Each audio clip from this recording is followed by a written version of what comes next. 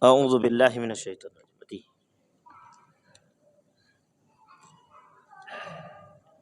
tes tes.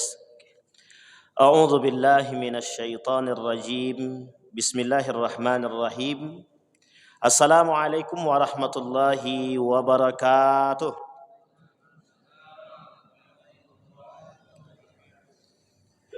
الحمد لله رب العالمين. الحمد لله الذي أنعم بنعمة الإيمان والإسلام بهما تتم الصالحات. أشهد أن لا إله إلا الله وحده لا شريك له وأشهد أن محمدا عبده ورسوله لا نبي بعد. اللهم صل وسلم وبارك على هذا النبي الكريم. اللهم صل على محمد وعلى آل محمد في العالمين إنك حميد مجيد. يا أيها الناس اتقوا ربكم الذي خلقكم من نفس واحدة وخلق منها زوجها وبث منهما رجالا كثيرا ونساء واتقوا الله الذي تساءلون به والأرحام إن الله كان عليكم رقيبا. Puji syukur kehadirat Allah atas limpahan rahmat dengan mengucapkan alhamdulillahirabbil alamin. Berselawat kepada Nabi dengan mengucapkan Allahumma salli ala Muhammad wa ala ali Muhammad fil alamin innaka Hamidum Majid. Baik Bapak Ibu sekalian yang berbahagia, di pekan yang kelima ini, di hari Sabtu ini, kembali kita mengulang kajian kita tentang prahara akhir zaman atau fitnah-fitnah yang muncul di akhir zaman sebagai tanda datangnya hari kiamat. Tetapi ulama mengatakan datangnya tanda-tanda ini oleh para ulama disebut dengan alamatus sughra, tanda-tanda kecil. Apakah tanda-tanda kecil itu penting untuk diperhatikan? Penting. Apakah tanda-tanda kecil itu menjadi pengingat? Iya. Apakah tanda-tanda kecil itu harus kita abaikan? Tidak. Karena memang tanda-tanda yang kecil inilah kemudian jika kita mengetahuinya, kita bersiap untuk menghadapi tanda-tanda yang besar. Insya Allah nanti kita akan kaji, kalau sudah selesai yang kecil-kecil ini, kita akan kaji alamatus sughra, alamatul kubra atau alamatus sa'ah al-kubra, tanda-tanda kiamat yang besar. Ulama sepakat, tetapi ada juga yang berbeda. Ada yang mengatakan 10, ada yang mengatakan 9. Tapi banyak ulama mengatakan tanda datangnya kiamat besar itu ada 10. Bahkan ada yang mengatakan 9. Mana yang paling kuat? Sebenarnya kuat dua-duanya. Karena memang salah satunya ada yang digabung. Dan itu insya Allah akan kita kaji di pertemuan yang akan datang. Mudah-mudahan selesai dari kajian-kajian ini, tanda-tanda datangnya hari kiamat yang kecil ini. Kata para ulama, Syekh Ramadan Al-Buti mengatakan, keimanan kita terhadap datangnya hari kiamat itu tidak bisa bergeser. Sebagai seorang yang beriman itu tidak boleh bergeser. Karena kalau dia bergeser, maka bergeser juga akidahnya. Karena kaitannya dengan akidah. Betul tidak kiamat itu datang? Betul. Tapi tidak percaya kalau tanda-tanda kiamat datang itu seperti banyaknya orang munafik, banyaknya perempuan dan laki-laki berhalwat, itu tanda hari kiamat. Tak percaya dia. Kalau tak percaya berarti dia sedang mengingkari hadis Nabi. Dia sedang mengingkari hadis Nabi. Kalau tak percaya dengan hadis Nabi, berarti sedang kurang imannya. Kalau tak percaya dengan hadis Nabi, berarti dia tak bersyahadat dengan Nabi. Kalau tak bersyahadat dengan Nabi, berarti dia kufur. Kalau kufur bisa jadi dia kafir atau murtad. Sampai di sini paham ya Bapak Ibu ya? Baik, nah malam hari ini kita lanjutkan kajian kita. Kita mengambil dari satu buku ramalan baginda Nabi Muhammad SAW dalam buku ini. Tetapi kalau bahasa ramalan itu identiknya dengan hal-hal yang agak sedikit negatif. Tetapi kita sebut dengan al-ahadis al-fitan, hadis-hadis fitnah akhir zaman, yang kemudian menjadi panduan dalam kehidupan. Yang selanjutnya, hadis yang selanjutnya kita sudah nggak tahu hadisnya berapa, karena sudah saking banyaknya hadis tentang akhir zaman yang sudah kita sampaikan. Pertanyaannya adalah, sudah seberapa banyak dari hadis yang kita bacakan itu sudah kita jauhi dari perbuatan-perbuatan demikian. Contoh, dusta. Kata Syekh Hasim Al-As'ari, dusta.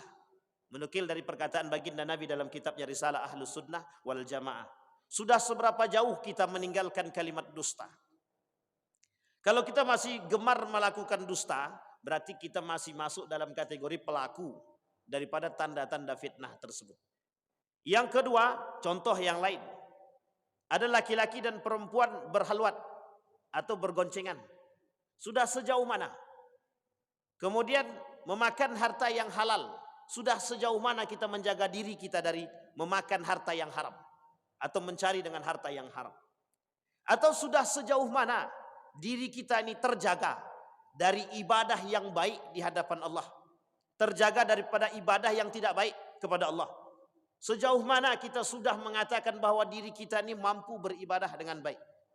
Sejauh mana kita sudah menegakkan Islam di dalam rumah tangga kita? Sejauh mana kita sudah menegakkan Al-Quran dalam rumah tangga kita?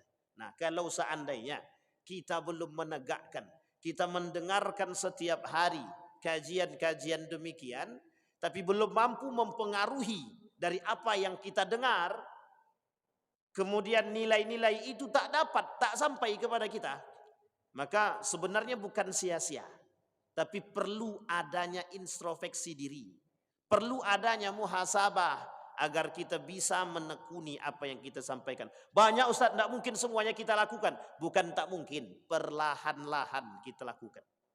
Seperti apa sunnah Nabi? Sunnah Nabi yang kemudian oleh sebagian orang dikatakan sunnatun yu'malu bihi. Salah satu atau 3 perkara yang kemudian hilang di akhir zaman sunnah Nabi. Mulai hilang, bukan hilang total tidak, tapi mulai hilang. Artinya orang-orang yang gemar dengan syubhat, tapi tak gemar dengan sunnah. Dia gemar dengan subhat, tapi dia tak gemar dengan sunnah. Dia gemar dengan hal-hal yang haram, tapi dia tak gemar dengan hal-hal yang halal. Nah, malam hari ini kita akan coba angkat satu. Hadis ini cukup populer, tetapi cukup menyinggung. Mudah-mudahan tidak ada yang sakit hati. Apa itu? Tentang kesaksian palsu.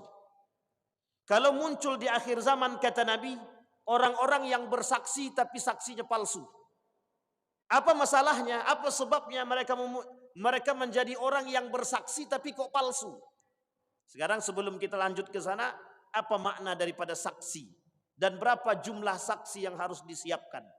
Menurut agama, 2 laki-laki 1 perempuan. Kalau 2 laki-laki, kalau perempuan 3 berarti. Atau 2 laki-laki 1 perempuan. Menjadi saksi untuk membenarkan satu perkara. Sebenarnya saksi ini penting di mana semua urusan harus ada saksi. Nikah harus ada saksi. Kemudian akad harus ada saksi. Transaksi harus ada saksi. Simpan pinjam harus ada saksi. Kalau tak ada saksi susah. Makanya di pegadaian harus ada saksi. Kalau tak ada saksi rata-rata susah. Kau minjam sama aku kemarin 700 juta. Ada saksi? Ada tulis? Tak ada. Ya udah. Selesai. Lonyap 700 juta hilang seketika. Tapi yang punya dosa siapa? Ya yang berdusta sajalah. Tapi kemudian ada model baru. Apa model baru? Kau nanti saksi ya, aku mau minjam uang ini. Oke. Dipinjamlah uang 700 juta. Kata saksi sah. Ini kalau saksinya dari salah pihak yang salah maksudnya. Maka saksi paling tidak dari kedua belah pihak punya saksi satu-satu, biar adil. Kalau saksinya dari pihak meminjam saja, itu dikhawatirkan. Setelah dapat duit tadi 700 juta, disuapnya tukang saksi tadi, besok kau ndak usah ngaku kalau aku pinjam duit. Nah, itu banyak Pak. Dan ini mohon maaf ini, banyak sekali kejadian-kejadian seperti ini. Baik simpan pinjam atau pinjaman melalui personal ataupun melalui lembaga. Ini harus dipahami baik-baik. Sehingga ketika disuap orang tadi, dia berani mengatakan saksinya palsu. Kesaksian yang dia berikan palsu. Oh, dia nggak pernah minjam sama ente, apalagi 700 juta. Wong dia orang kaya, masa minjam 700 juta? Singkat cerita, ternyata dia sudah disuap. Bapak Ibu, ini banyak. Ketika di persidangan, saking banyaknya manusia yang bersaksi palsu. Seorang anak menggugat ibunya dalam harta warisan. Dia rela membayar saksi agar harta yang diambil oleh ibunya berhasil dia ambil. Dan dia berhasil memenjarakan ibunya. Tapi ingat, kesaksian yang diberikan oleh anak tersebut, maka saksinya palsu. Itu banyak di Kementerian Agama. Maaf, di Pengadilan Agama. Dan juga banyak di tempat-tempat yang lain. Ketika ada kasus-kasus tertentu, ini mohon maaf ini, kasus-kasus tertentu tentang persaksian palsu ini sangat banyak sekali. Berani mereka menjual kesaksian mereka. Oke, kalau kau berani bersaksi, nanti keluargamu kehidupannya kami tanggung. Wah, ini pula. Karena ditanggung kehidupan keluarga tadi, oke lah, tak ada masalah. Sehingga siapa yang terzolimi di sini? Orang yang disaksi tadi. Kezoliman yang terbangun dari kesaksian palsu itu berat, besar. Sehingga dia menzolimi orang, menganiaya orang. Nah kata Nabi, kelak di akhir zaman akan muncul kelompok-kelompok orang-orang yang kitmanul haq wa syahadatuz zur.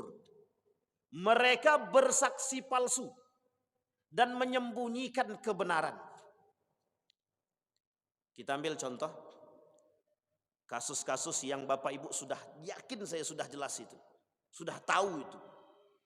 Banyak kasus yang tersebar, baik di pengadilan, baik di luar, baik di dalam lembaga, baik di luar lembaga. Apa tujuan mereka bersaksi palsu? Satu, duit. Yang kedua, tekanan. Yang paling banyak itu yang mana? Nomor 2 apa nomor 1? Dua-duanya. Tekanan banyak, duit pun juga. Orang kalau sudah cinta dunia biasa. Orang kalau sudah cinta duit itu biasa. Jadi kesaksian palsu itu di akhir zaman menjadi sebuah mainan. Menjadi sebuah mainan. Walladzina la yashhaduna az-zura wa idza marru bil lagwi marru kirama, kata Allah. Allah bilang dalam Al-Quran itu, wahai manusia, orang-orang yang beriman, yang kelak kalian akan dipanggil sebagai orang yang ibadur rahman, orang-orang yang mulia, hamba-hamba yang mulia. Siapa mereka? Walladzina yashhadu wa idza yashhadu walladzina idza syahadu wa syahadu bi qirama. Mereka ketika dimintakan untuk menjadi seorang persaksian, mereka memberikan persaksian yang benar, yang jujur. Maka mereka menjadi orang-orang yang oleh Allah disebut dengan ibadur rahman, hamba-hamba yang mulia. Walladzina la yashhaduna az-zura wa idza marru bil lagwi, ketika mereka jalan di atas muka bumi, marru kirama, sebagai orang yang tak punya beban, orang yang mulia, dihormati. Sekalipun tak dihormati oleh penguasa. Sekalipun tidak dihormati oleh penguasa. Suatu ketika seorang sahabat pada masa Umar bin Khattab, ketika masa Umar bin Khattab itu terjadi kasus pembunuhan. Kasus pembunuhan tersebut dicarilah siapa pembunuhnya. Ketika dapat 2 orang, ada 2 orang yang tertuduh ketika itu, dihadirkanlah saksi. Betulkah si A yang kemudian membunuh? Tidak, kata dia. 2 orang ini diantara salah satu Umar bin Khattab pengen cari siapa pembunuh yang sebenarnya. Setelah dicari tahu oleh Umar bin Khattab, kemudian agak nampak gelagat dari 2 orang tersebut. Maka dipanggillah satu persatu untuk maju. Ketika dipanggil satu persatu untuk maju, kemudian dihadirkan saksi. Yang pembunuh yang hakiki ketika dipanggil yang pertama. Ketika didatangkan saksi, maka berani saksi tersebut berkata tidak jujur di hadapan Umar bin Khattab. Singkat cerita, ketahuan oleh Umar bin Khattab kalau dia memberikan persaksian palsu. Maka dihukum gantung, dibunuh. Apa yang dibunuh? Karakternya. Apa yang harus dia lakukan? Apa kata Umar bin Khattab? Engkau telah melakukan dosa besar. Apa dosa besar? Engkau telah menzalimi manusia. Engkau telah menzalimi orang yang engkau zalimi. Mulai hari ini engkau kembalikan nama baik mereka. Jadi Bapak Ibu, kalau ada orang yang bersaksi palsu terhadap orang yang disaksikan, maka dia bertanggung jawab, wajib mengembalikan nama baik daripada orang yang disaksikan tadi. Karena apa? Dia sudah menzalimi orang tersebut. Yang pertama. Yang kedua, kalau ada kerugian materi, dia wajib mengganti. Yang ketiga, di akhirat nanti orang seperti ini akan dimintai pertanggungjawaban oleh Allah. Apa pertanggungjawabannya? Mereka harus memberikan semua pahala-pahala mereka kepada orang yang mereka zalimi. Oh, berat Pak, tanggung jawab dunia dan akhirat. Oh, kalau sudah diperbaiki nama baik mereka sudah selesai Pak Ustaz? Tergantung. Adakah kekurangan mereka dari materi mereka? Oh ada, harus ganti. Kalau tidak diganti bagaimana? Kelak di akhirat. Tapi mereka sudah memaafkan. Itu lain cerita. Kalau memaafkan tapi tak bertobat kepada Allah, dia dapat maafnya manusia tapi dia tak dapat ampunan dari Allah Subhanahu wa taala. Nah, orang seperti ini, pelaku-pelaku syahadatul zur seperti ini, mereka dimasukkan oleh Allah ke dalam neraka. Ada yang mengatakan neraka jahanam karena mereka masuk dalam kemunafikan. Kenapa? Karena mereka berani berbohong atas nama sumpah. Apa kaitannya saksi palsu dengan sumpah? Sangat terikat. Karena setiap saksi pasti disumpah. Apa kau siap jadi saksi? Siap. Siap bersumpah? Siap. Saksinya palsu, sumpahnya dusta. Sama. Jadi dua dosa dia dapat. Nah yang ketiga apa dosanya? Dia menzalimi orang. Saking banyaknya dosa yang mereka lakukan melalui sumpah palsu. Persaksian palsu. Dia bersaksi palsu, sebelum bersaksi kan diminta disumpah dulu. Betul kau siap jadi saksi? Siap. Siap disumpah? Siap. Apa yang kau sampaikan ini betul? Betul. Yakin? Yakin. Bismillahirrahmanirrahim. Ditaruh Al-Quran di atas kepala. Sekarang ini tradisi menaruh Al-Quran di atas kepala sebagai sumpah. Tapi rata-rata semuanya sumpahnya dusta. Pengkhianat. Dia jadikan Al-Quran sebagai tempat sumpah, tapi sisi yang lain mereka lupa kalau mereka sedang bersumpah kepada Allah. Tapi apa yang terjadi? Dusta. Siap menjadi penanggung jawab agama, menjadi penanggung jawab amanah, siap.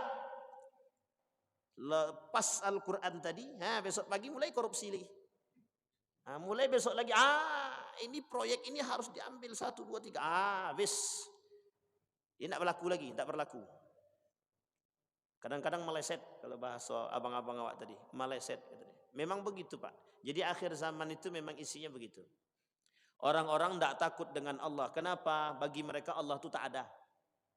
Kalau mereka tahu bahwa Allah itu ada dan nampak dan benar akan kebesaran Allah, benar akan azabnya Allah, ini Pak. Kalau Allah menampakkan azabnya, itu cepat manusia taubat itu, yakin saya. Cuma karena Allah itu tak menampakkan secara langsung azabnya tadi, disitulah orang meremehkan azabnya Allah. Maka kata Imam Syafi'i, jangan pernah meremehkan perbuatan yang kecil, ibadah yang kecil. Jangan pernah remehkan. Syekh Mutawalli Sya'rawi mengatakan dalam hadis itu, kata Syekh Mutawalli Sya'rawi menukil hadis baginda Nabi Muhammad SAW. Jangan pernah meremehkan perbuatan yang kecil, karena dari situ akan timbul kekuatan. Dan jangan pernah meremehkan maksiat yang kecil, karena dari situ akan timbul maksiat yang lain. Ini tidak. Syahadatul zur, sumpah palsu itu bukan dosa kecil, dosa besar. Nah, sumpah yang begitu besar dosanya masuk dalam kitab Al-Kabair, masuk dalam kategori dosa besar, itu yang diremehkan.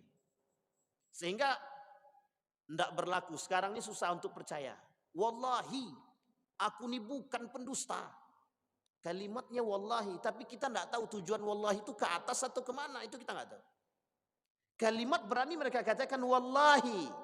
Itu kalimat yang tertera di dalam Al-Quran. Kalau sudah bersumpah menggunakan kalimat demikian, harusnya sebagai seorang muslim, itu hanya dipergunakan. Sumpah itu bagi seorang muslim, mukmin khususnya, itu dipergunakan ketika pada hal-hal yang sangat urgen saja.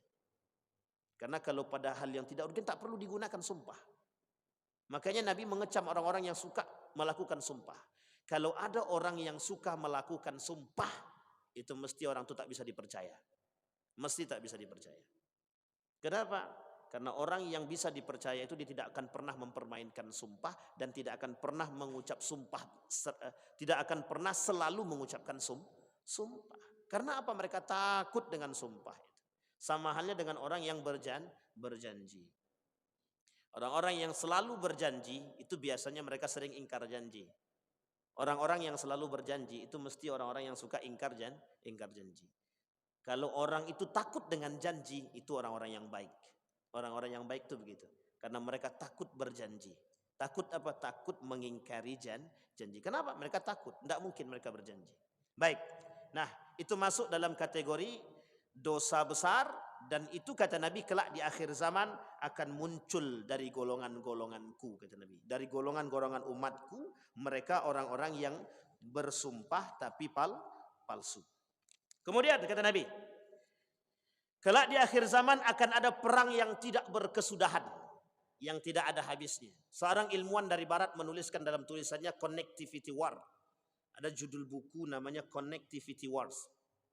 Artinya perang yang terus berkelanjutan. Nah, kalau di garis bawah, kalau secara judul itu sangat-sangat sejalan. Bapak Ibu sekalian yang berbahagia, yang namanya perang itu dari dulu sampai sekarang, pasca baginda Nabi Muhammad SAW mengatakan perang baik dengan kaum Yahudi, Nasrani, Quraisy ketika itu, kafir ketika itu, sesama muslim ketika itu, sampai akhir kiamat nanti tidak akan pernah selesai perang. Karena nanti ada perang juga di akhir. Jadi sebelum nanti terjadi kiamat besar, ada namanya perang juga. Dan perang itu yang ditunggu. Perang untuk menumpas siapa? Antara muslim dan Yahudi. Kita lihat nanti. Kapan itu? Nah, kita tengok. Sekarang Palestina dengan Israel. Palestina dengan Israel yang menang siapa? Halo Bapak Ibu, siapa yang menang? Palestina apa Israel? Palestina. Yang memenangkan hati umat muslim. Yang memenangkan hati dunia. Itu Palestina. Sekarang hampir orang tak percaya dengan Israel lagi. Hanya 2 negara yang sekarang ini masih berpijak pada Israel. Amerika, Inggris. Ada satu lagi, Jerman. Mereka masih kuat mendukung Israel. Tapi bentar lagi kita lihat. Kalau bahasa ramalan yang lain mengatakan, berarti kalau seandainya Palestina menang, kiamat dong Ustaz. Siap-siaplah. Yang belum nikah cepat. Mana Bang Tio udah nikah belum? Hati-hati. Ini bahasa ini kemudian oleh para ulama juga tidak menjadi bahasa belum seutuhnya betul. Apakah ketika Palestina menang kiamat datang? Kita lihat kondisinya. Dia tidak semudah itu juga. Ada beberapa hadis memang yang mengatakan demikian, tapi ada penjelasan baik dari Nahdlatul Ulama, kemudian dari teman-teman dari ulama-ulama salaf juga menjelaskan bahwa tidak semestinya demikian juga. Artinya kalau mengukur tingkat fitnah hari ini, selagi masih ada manusia yang datang ke masjid, selagi masih ada manusia yang betul-betul ikhlas beribadah kepada Allah, selagi saf itu masih banyak dan rapat, insya Allah masih lama kiamat itu Pak. Tetapi kita nggak tahu, karena kiamat itu tidak bisa diprediksi. Hanya saja kita disuruh untuk menentukan, melihat tanda-tanda itu. Ketika Nabi ditanya, seorang pemuda datang kepada Nabi bertanya tentang Islam, iman dan ihsan. Nabi jawab ketiga-tiganya. Tapi ketika Nabi ditanya tentang alamat tentang sa'ah, Nabi tak bisa jawab. Tapi apa kata Nabi? Orang yang bertanya lebih tahu daripada yang ditanya. Kemudian dia tanya, wa ma amaratuha? Bagaimana dengan tanda-tandanya? Barulah kemudian Nabi menyampaikan. Artinya Bapak Ibu sekalian yang berbahagia, kalaulah tanda yang 10 kelak yang 10 besar itu, tanda besar yang 10 itu atau yang 9 itu sudah kita tampak, mungkin bisa jadi bentar lagi kiamat. Tapi hari ini kita belum lihat. Yang baru mulai nampak ada tanda-tanda sedikit. Dulu ada namanya binatang melata bisa berbicara. Binatang melata bisa berbicara. Kemudian Dajjal akan muncul. Ya'jud wal Ma'jud. Isa yang turun dan lain sebagainya. Itu tanda-tanda besar. Insya Allah akan kita bahas. Nah tetapi kedekatan kiamat itu bisa diprediksi. Prediksinya bisa. Melalui apa? Tanda-tanda tadi. Semakin banyak tanda-tanda fitnah akhir zaman itu yang terjadi, maka ada kemungkinan kedekatan kiamat itu terjadi. Ini bukan menentukan kiamat. Nanti jangan salah paham pula. Ya Bang ya, kemarin kita disebut Ustadz sesat kata dia.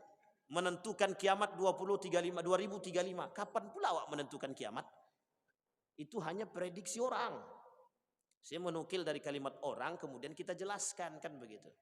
Tapi ada yang terbaru ini. Ada terbaru, aliran sesat. Akan kiamat 2024.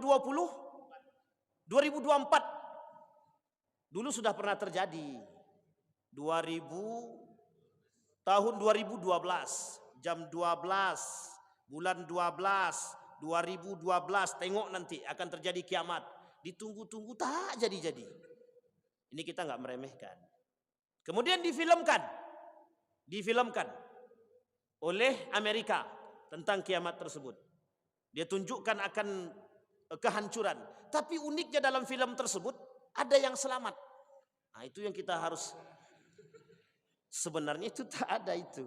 Jadi film-film banyak yang merusak. Jadi Bapak Ibu mohon maaf, kalau nonton film sekarang harus hati-hati. Saya kasih tahu, ini film-film yang sesat saya kasih tahu. Satu film tentang kiamat itu. Tidak ada manusia yang mati, yang hidup ketika kiamat itu, tidak ada. Itu jelas itu. Ketika batu berterbangan, itu semua hamparan itu penuh dengan batu.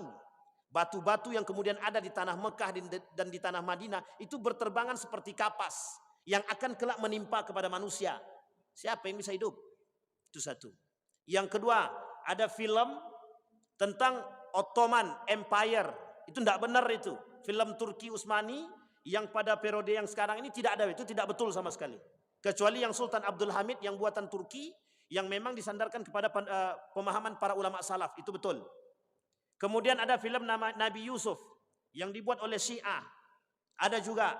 Dan sekarang banyak film-film Nabi yang kemudian muncul itu semua buatan Syiah. Hati-hati, dan nggak ada yang benar. Ada lagi film tentang risalah.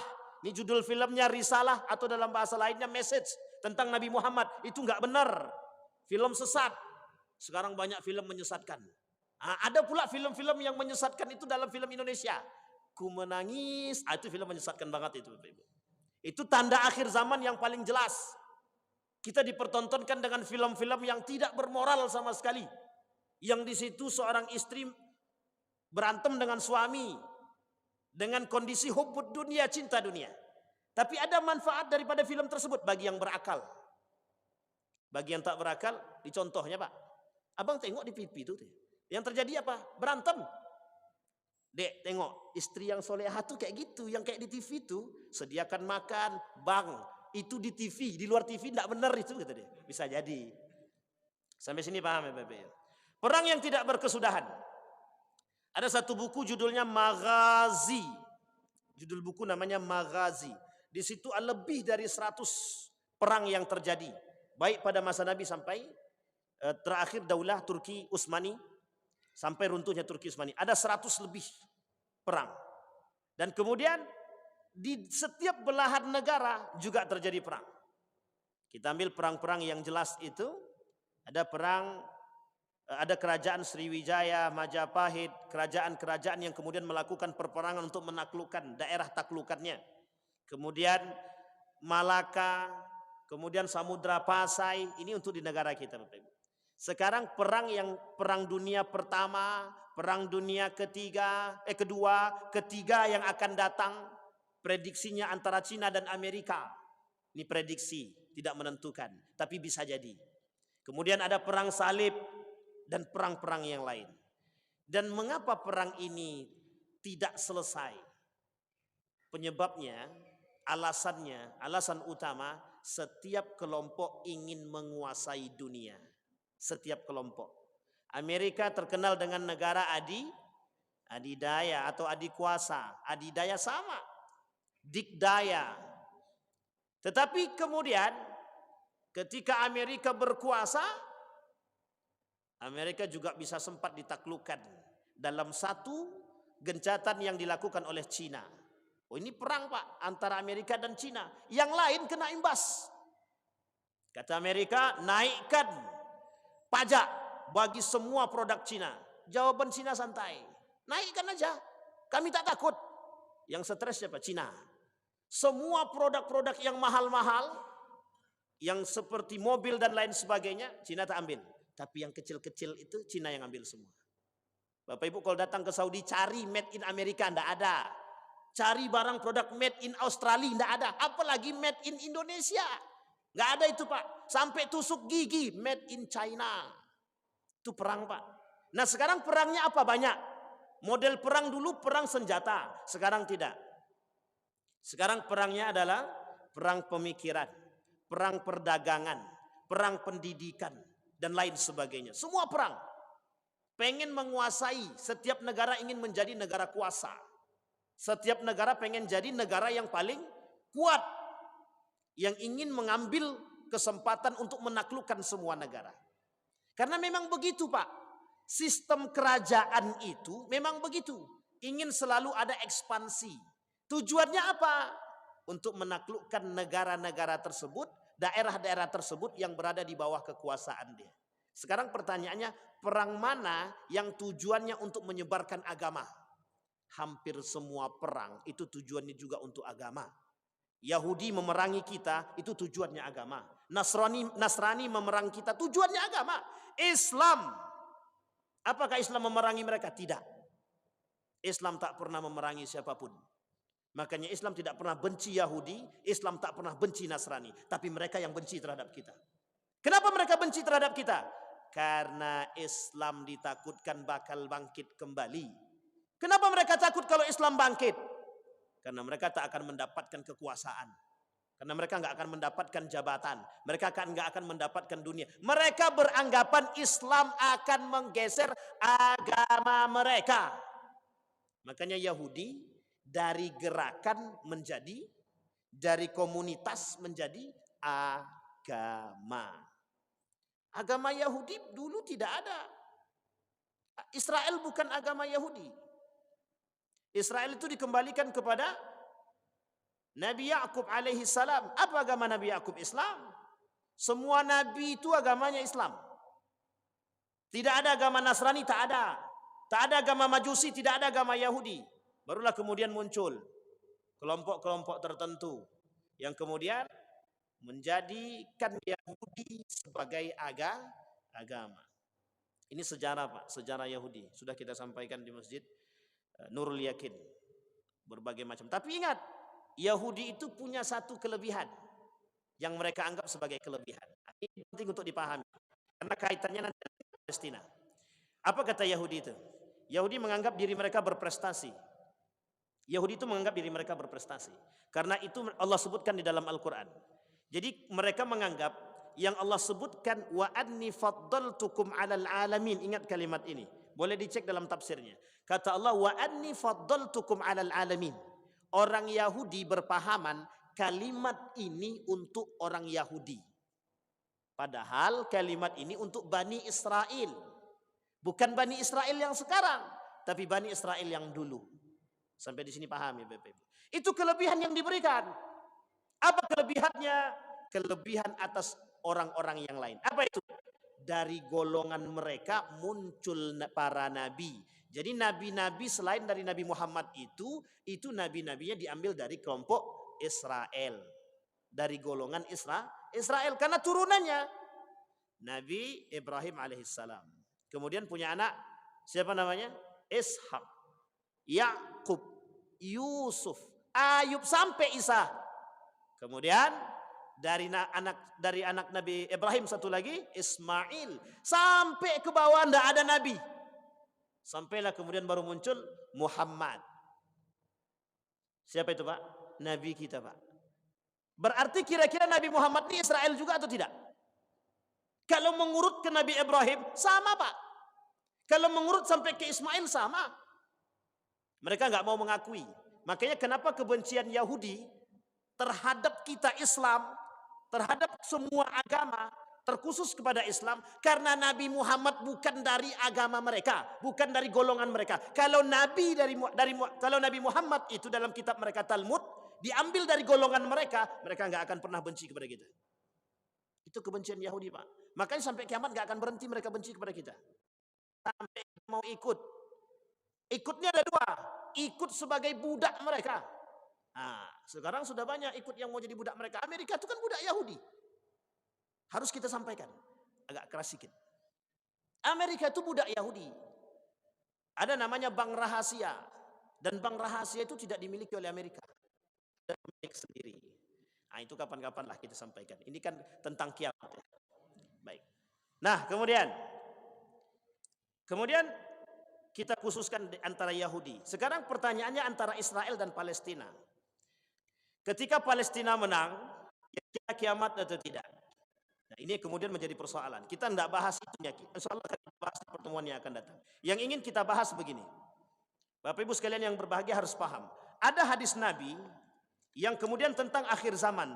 Palestina dan akhir zaman itu begini. Kata Nabi kelak, umat muslim yang tersisa. Jadi ada umat muslim yang tersisa. Yang benar, yang baik. Mereka akan berhijrah ke tanah Palestina. Berhijrahnya kemana Pak? Ini sudah berbunyi belum? Belum kan? Tenang. Dia kita umat muslim. Semoga kita tidak Bapak Ibu. Maksudnya semoga kita tidak bertemu dengan kiamat. Amin ya rabbal alamin. Tapi kalau kita ketemu dengan kiamat itu seburuk-buruknya kaum. Tapi insya Allah kita nggak akan ketemu. Karena orang beriman itu akan dimatikan oleh Allah secara perlahan, secara keseluruhan. Ya mungkin tidak serentak dimatikan tidak. Tapi perlahan orang-orang yang baik itu akan mati secara perlahan. Tapi ini tidak ada kaitannya orang baik mati duluan ya. Itu tidak ada kaitannya. Jadi Bapak Ibu kalau orang baik mati duluan, nanti tidak ada yang mau menjadi orang baik Pak. Takut orang jadi orang baik. Baik. Kita coba cek. Palestina. Kata Nabi, yang pertama, hadis yang pertama kata Nabi, Palestina tempat terbaik sampai akhir zaman. Makanya mohon maaf, kenapa orang-orang Palestina itu bertahan di situ? Mereka tidak, bukan masalah hijrah. Ini ada yang mengatakan, nih kita garis bawahi dan kita luruskan. Ada yang mengatakan, kenapa sih tidak sebaiknya orang-orang Palestina berhijrah dulu, kumpulkan kekuatan? Bukan itu masalahnya. Yang pertama di situ ada Masjidil Aqsa, nenek moyang mereka. Yang kedua itu tanah mereka. Palestina itu tanahnya orang Islam, bukan tanah orang lain. Kalau ada Yahudi dan Israel mengaku itu tanah mereka, ya Israel yang sekarang. Tidak ada, itu bullshit semua. Bohong Bapak Ibu. Tidak ada. Semua sejarah itu sudah kita cek dalam buku dan literatur itu. Hanya saja mereka punya kekuasaan. Hanya saja mereka punya kekuatan. Yang mereka inginkan adalah tanah itu Bapak Ibu. Sebenarnya bukan itu yang mereka inginkan. Apa yang ada di dalam Masjidil Aqsa itu. Insya Allah kita bahas Pak, yang di dalam Masjidil Aqsa itu apa? Di bawah itu. Itu yang kemudian mereka cari. Yang ketiga ada kaitannya dengan ketika perpindahan Masjidil Aqsa dari seharusnya bukan masjid. Seharusnya bukan masjid, tempat mereka untuk memuja. Yang kemudian dijadikan masjid. Mereka tak terima. Ini kaitannya dengan agama Pak. Kaitannya dengan agama. Sampai di sini paham ya Bapak Ibu. Nah kemudian kenapa Nabi katakan Palestina tempat terbaik sampai akhir zaman? Kelak orang-orang yang beriman itu, orang-orang muslim itu, mereka akan berhijrah ke sana. Makanya mohon maaf Bapak Ibu, kalau kita tidak cinta Palestina, itu agak ragu saya sedikit. Kalau ada umat muslim tidak cinta kepada Palestina, baik kepada orang Palestina, baik kepada tanah Palestina, itu saya agak curiga sedikit. Agak curiga saya. Kenapa curiga? Beneran sebenarnya dia tahu atau tidak tujuan akhir kita di sana itu? Bisa jadi. Kenapa? Karena memang kata Nabi dalam riwayat yang lain kata Nabi, kelak orang-orang yang beriman itu akan berhijrah ke sana. Tempat hijrah terbaik. Apa alasan yang ketiga? Sampai dikatakan tempat di situ. Disitulah Pak nanti tempat munculnya khilafah akhir zaman. Di tanah Palestina. Di tanah Palestina Pak. Muncul nanti khilafah akhir zaman yang akan menumpas kebatilan. Nah setelah itu apa yang terjadi? Nah inilah kemudian kalau kita sandarkan kepada kalimat yang tadi. Kalaulah sudah dipegang Palestina tersebut. Yang kemudian menjadi satu kekhalifahan yang nyata dan real dan benar. Disitulah kemudian kiamat besar mulai terjadi. Maka ada sebagian kelompok yang mengatakan sebentar lagi. Tunggu saja waktunya. Betul. Artinya apa? Mereka sangat termotivasi akan kemenangan Palestina. Coba bayangkan, sekian banyak manusia, umat muslim di dunia ini memboikot produk Israel, goyang mereka. Tapi mereka tetap tidak mau mengakui kekalahan itu. Coba bayangkan, kurang apa dia? Kurang ajar Pak. Tidak mau mereka mengakui, bahkan mereka ekonomi mereka goyang mereka nggak tahu. Nggak mau mereka mengakui. Bahkan tidak boleh ada media yang mengatakan bahwa lemahnya Israel ekonomi. Lemahnya ekonomi Israel, tak boleh. Tidak boleh ada media yang mengatakan lemahnya ekonomi Israel. Bapak Ibu saya kasih tahu. Ini ada kemiripan sedikit. Dulu Cina itu tidak pernah menyampaikan jumlah angka kemiskinan. Tidak boleh. Dulu yang terkenal paling miskin, negara paling miskin itu apa? Penduduknya itu disebut dengan India. Padahal Bapak Ibu, itu kalau kita mau melihat Cina, itu lebih parah. Tapi mereka tak boleh sampaikan. Ini strategi yang mereka lakukan untuk menunjukkan betapa mereka tetap kuasa, tetap bisa bertahan. Itu strategi yang dilakukan oleh Israel, Pak. Israel tak mau dia dipandang lemah, itu tidak mau. Kenapa? Karena mereka tetap masih memegang Amerika, Pak. Amerika tetap mereka akan pegang. Sampai kapanpun perkataan PBB tidak akan pernah mengatakan kemenangan Palestina. Sejauh masih dipegang oleh kelompok itu, maka tidak mungkin PBB mengatakan kemenangan Palestina. Kemenangan Palestina. Sekalipun didesak berkali-kali, begitu kuatnya mendesak, tidak akan, Pak. Tidak akan, karena kepalanya sudah dipegang nih, Pak. Kepalanya sudah dipegang. Kalau sempat kepala ini berani mengatakan kemenangan terhadap Palestina, habis. Itu tinggal tunggu tanggal matinya itu. Bisa jadi tahu, bisa jadi tidak, Pak. Nah, ini susahnya, Pak. Dan ini yang disebut dengan perang yang tidak ada akhirnya, Pak. Perang yang tidak berkesudahan. Maka sampai kapanpun akan terjadi perperangan. Sampai kedatangan hari kiamat pun, sebelum datangnya hari kiamat tanda besar itu akan terjadi perang. Dan ada yang mengatakan perang Yamamah. Nanti akan kita lihat Bapak Ibu, akan kita kaji insya Allah pada perang yang lain, pada pembahasan yang lain tentang perang Yamamah. Apa itu perang Yamamah dan bagaimana munculnya nanti. Nah, kemudian tempat terakhir yang dikatakan oleh Nabi dalam hadisnya, ada 4 hadis terkait Palestina. Awal dari perkara Islam ini adalah kenabian dan rahmat, kemudian tegaknya khilafah dan rahmat, kemudian berdiri kerajaan dan rahmat, kemudian berlaku pemerintahan kerajaan-kerajaan kecil dan rahmat. Lalu orang-orang memperebutkan kekuasaan seperti kuda-kuda yang berebut makanan. Maka jika berada di dalam situasi itu, hendaklah kalian berjihad. Sesungguhnya jihad yang paling utama adalah ribat, dan sebaik-baik ribat kalian adalah di Asqalan. Asqalan itu ada nama daerah kecil, Pak, di perbatasan Palestina itu nanti. Yang ada yang mengatakan itu yang saat ini Gaza. Tahu Bapak Ibu Gaza ya? Gaza itu disebut dengan Asqalan juga, sebagian ulama mengatakan itu yang disebut dengan Asqalan. Itu yang kemudian pengen direbut oleh Yahudi. Kalau sudah dapat itu kan sudah tak terjadi tanda kiamat ini. Artinya apa? Akan muncul nanti golongan-golongan yang berjihad menggunakan kuda berjubah putih yang Allah sebutkan berulang-ulang di dalam Al-Quran. Siapa mereka? Yang akan menumpas kaum Yahudi tersebut. Siapa mereka yang akan menumpas kaum Israel tersebut? Dari mana munculnya? Dari Asqalan. Makanya bahasa disebut berjihadlah. Bapak Ibu, hari ini kita termasuk orang yang berjihad. Jihad memboikot itu Bapak Ibu itu jihad terbaik. Karena mungkin kita tak sanggup ke Palestina, bisa jadi tak sanggup karena tak mampu, bisa jadi tak sanggup karena takut, bisa jadi. Paling tidak kalau kita berani memboikot produk Israel, itu jihad juga terbaik Bapak Ibu.